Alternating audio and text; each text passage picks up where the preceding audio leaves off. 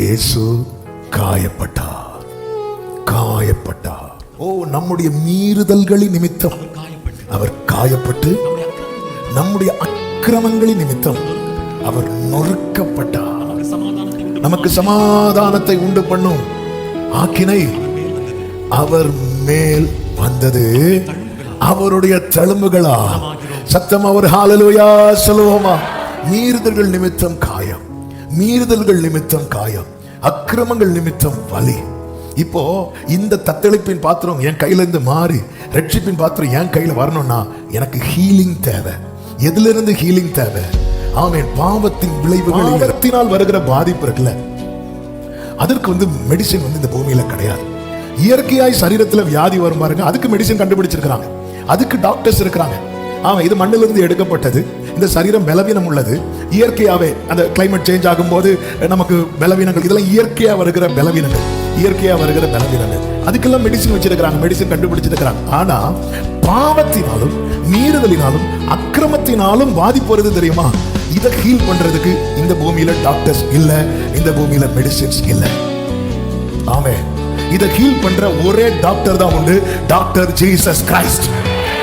இதை ஹீல் பண்ற ஒரே மெடிசின் தான் உண்டு, அவருடைய தழும்பு. ஹalleluya. பாவத்தின் விளைவு அதான் உனக்கு உன் காயங்களை கட்டும்படி உனக்கு ஏற்படுவார் இல்லை. எவ்வளவு இடத்துல போய் பார்த்தாச்சு, எவ்வளவு காரியங்களை பார்த்தாச்சு. அவன் பாவத்தினால் வருகிற பாதிப்பு இருக்கு தெரியுமா?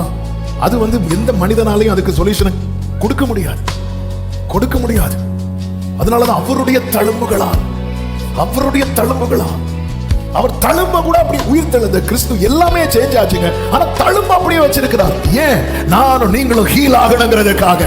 சத்தமா ஒரு ஆமென் சொல்லுங்க பார்க்கலாம். 5ஆக பிரிக்கலாம்.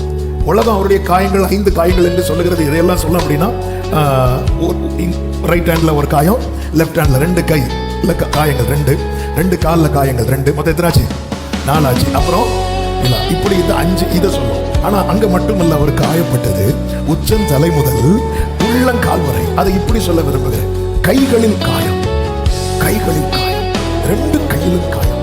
இந்த காயத்தால நமக்கு என்ன குணமாச்சு அப்படின்னா, துர்க்கிரியைகளை செய்து கொண்டிருந்த நாம நற்கிரியைகளை செய்ய ஆரம்பித்த கைகள்லையும் ஆணைகள். இந்த கைகள்ல இன்னைக்கு நீங்க ஏதாவது ஒரு நல்ல காரியம் யாருக்காவது செய்றீங்கன்னா, அது ஏதோ நீங்க ரொம்ப நல்லவங்க ஆனதுனால நினைக்காதீங்க.